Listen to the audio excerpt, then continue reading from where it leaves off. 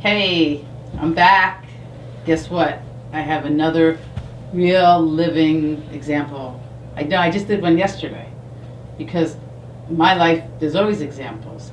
And how I put these tools to use in my life, I'm hoping is helpful for you guys. So yesterday, I don't know what's going on. I keep messing up my schedule. And I don't know why. Yesterday I thought I started at 8:30. I got up nice and early, came in, did a workout.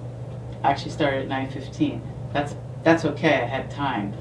The week before I did it the wrong way and I was late for something.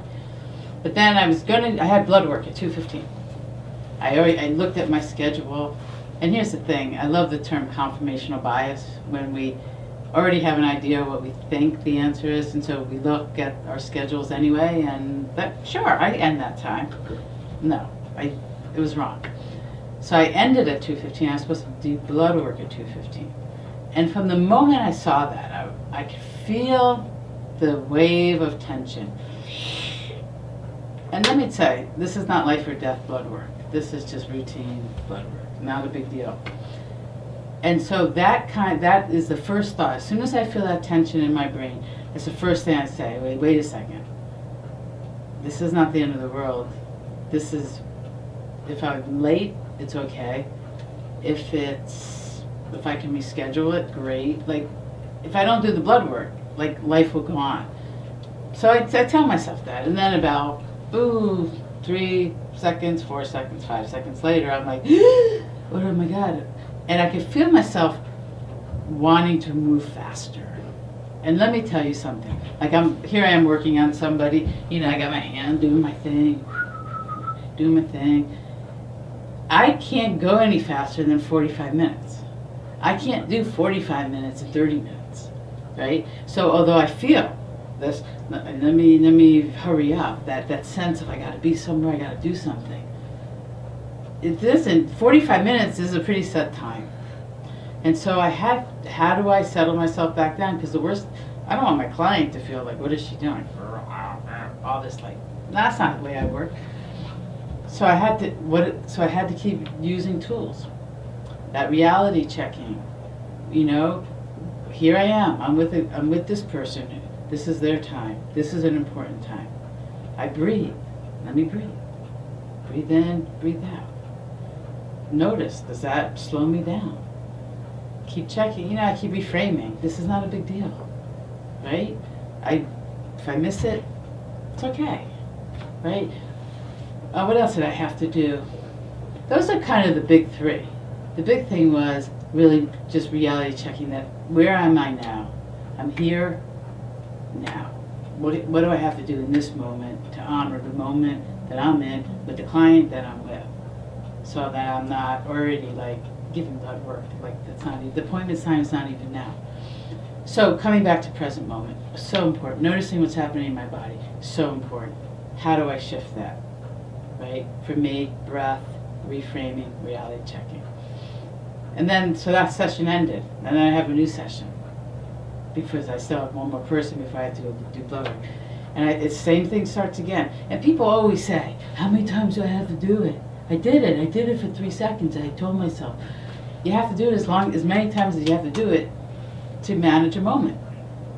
Sometimes, there are times I'm into something, it's every 5 seconds I'm like, okay, breathe, okay, what are you doing now? What do you know right now? Like, whatever, those are my big mantras.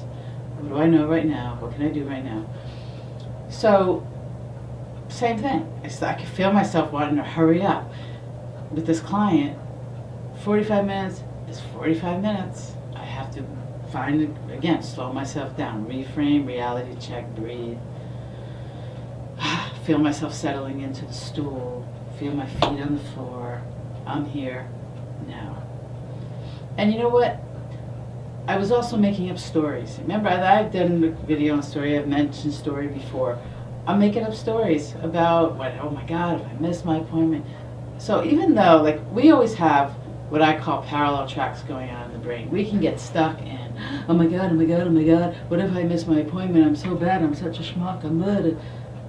But at the same time, there's like all this other healthy stuff that reframes it, reality checks it, it's okay to make a mistake, I can get there a few minutes late, you know, so we can have all these different pieces going on. But the story of what happens if I miss, and then the emotional reaction to that, that can be nipped by reality checking. And so I had all these stories, and how am I going to rush, and how am I going to drive there? Slow it down, because I'm not going to get there any faster if I think I'm going faster. I'm more apt to just get more frustrated along the way, and I'm really trying to keep my blood pressure down, so that's a good thing. So reality, you know what ultimately happened in reality? I saw my 2 patients. I left. I had made sure that I took care of some things so I could leave right away. I was gone, made it to my appointment. I was 3 minutes late. They took me right away. I was back in my office in 10 minutes. There, blood work, back, 10 minutes.